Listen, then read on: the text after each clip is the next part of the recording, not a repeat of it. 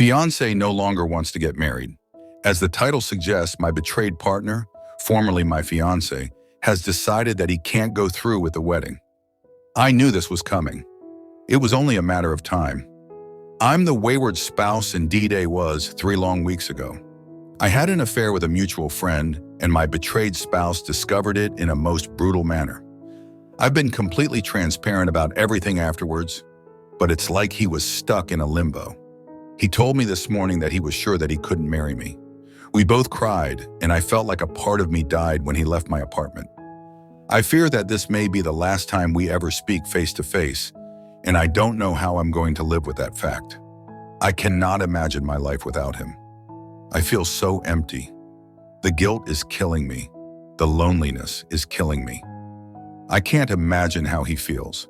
He told me that he can make all of the phone calls and cancel the venue, the caterer, etc.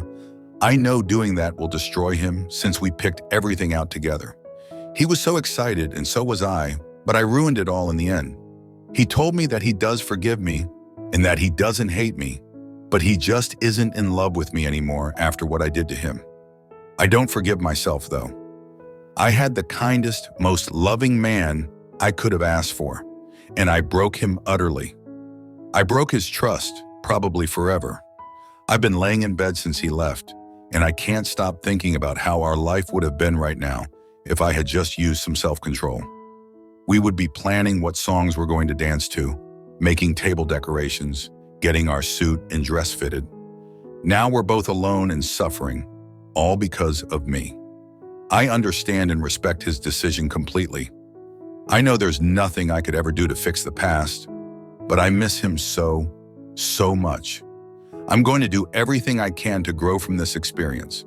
I'm seeing a therapist, and I've been reflecting on my past and why I made the choices that I did. I understand that I've been selfish and shallow, and that I've hurt a lot of people in my life, not just my betrayed partner. I want to change. I want to be a better person. I hope one day he can see that I have changed and that he'll be proud of the work that I put into myself. If he chose to, I know he won't, I would go back to him in a heartbeat. I wish against all odds that I could have a second chance. Still, nothing will change what happened. I'll miss him for the rest of my life, though. He was truly my soulmate, and I pushed him away through my own selfish actions. And I have to live with that. Update. My betrayed partner phoned me last night, probably for the last time ever. He told me I have to hurry up and pick my things over at his place. He told me that having me in his life is just too painful right now. I'm a constant reminder of the worst day of his life, the day he found out. I understand. If I was in his position, I don't think I would have been as kind as he's been. It almost makes it worse since he's been so understanding, even after all that I've put him through. I'll miss his voice. It was so soft and soothing. He always knew what to say. I'll never hear that voice again now. How could he ever forgive me enough to want me back in his life? He said he just needed space for now and that he's at a very low place. I know he just said that to spare my feelings. I want to be friends with him so badly, just to have him in my life again. But I can see the pain in his eyes when we're together. Even over the phone, I can hear the pain in his voice. I think this is it. It feels so wrong to just give up, but it's selfish to continue to push him to keep me around in his life. Of course, if he reaches out, I would be more than willing to be friends, or maybe even more. We could rebuild what we had, start with a clean slate, and I could prove to him that I'm willing to stay faithful this time. That won't happen though, and it would be selfish of me to ask him for that. I've lost my best friend. Now I'll have to learn to live with this hole in my heart for the rest of my life. Story 2, I live at my parents' home. I do so because grad school is expensive and they live 10 minutes from where I was fortunate enough to gain admission. So far, so good. My parents sold their house and moved into this house about 4 years ago.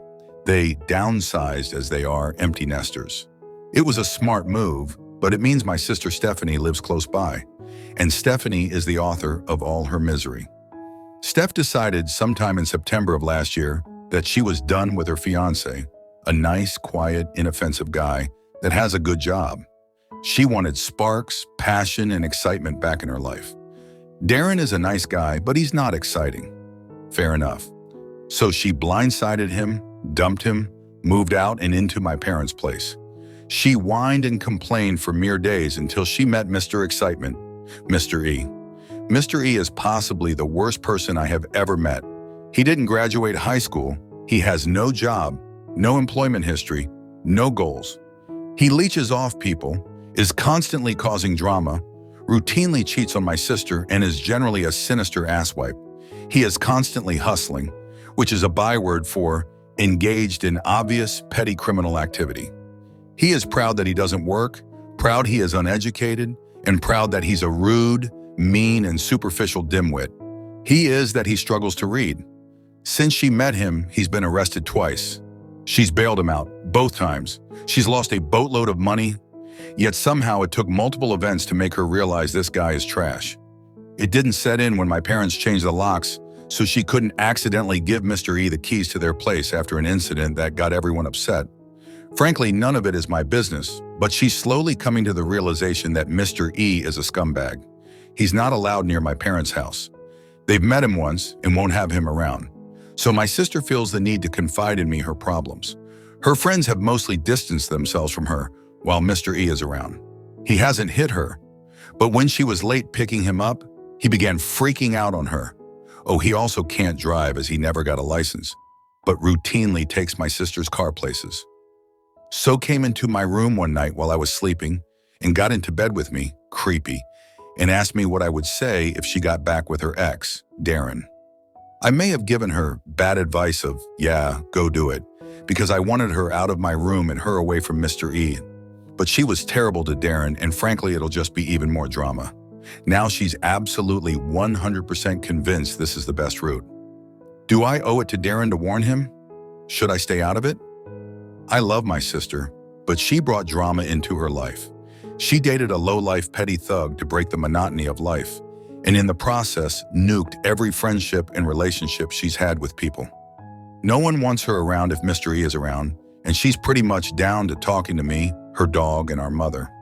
Everyone else is so annoyed with her, including our other siblings, that they refuse to talk to her.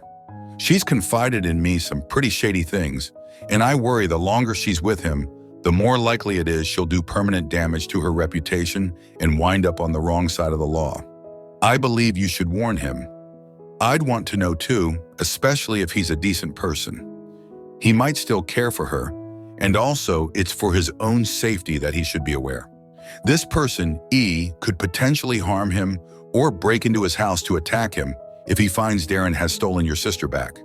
This is a mess your sister created for herself. No need for an innocent third party to be hurt in the crossfire.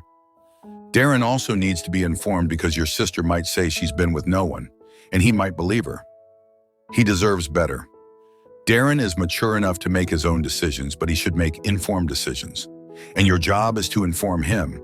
In fact, you can prevent your sister from trying to manipulate him back into her life.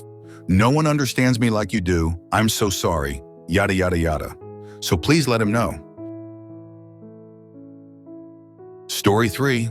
My partner had a threesome with her boss and a stranger on a holiday. I, male 22, let's say Andy, and my partner, female 20, let's say Jess, have been in a relationship for 5+ years, have had our own place together for the past year and a half, and we've been talking about possibly getting engaged. Last month, Jess went away on a full expenses paid work vacation for her and a few of her team members, including her boss, female 32. Jess was gone for 6 days total, and we decided not to talk much to each other so that she could focus on her holiday and having a fun time.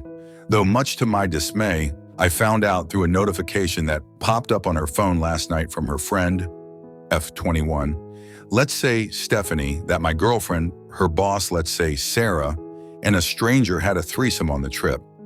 I was shocked to see her talking about it so nonchalantly to Stephanie. I was furious. I went further through her phone and saw that almost everyone from her work knew about it, and were all very supportive of her actions. Early on in our relationship, we had a rocky patch where she hooked up with someone at a high school party, but as far as I know, there hasn't been anything since then. I haven't confronted Jess about it yet, but I am already in the process of getting my affairs in order to split up with her.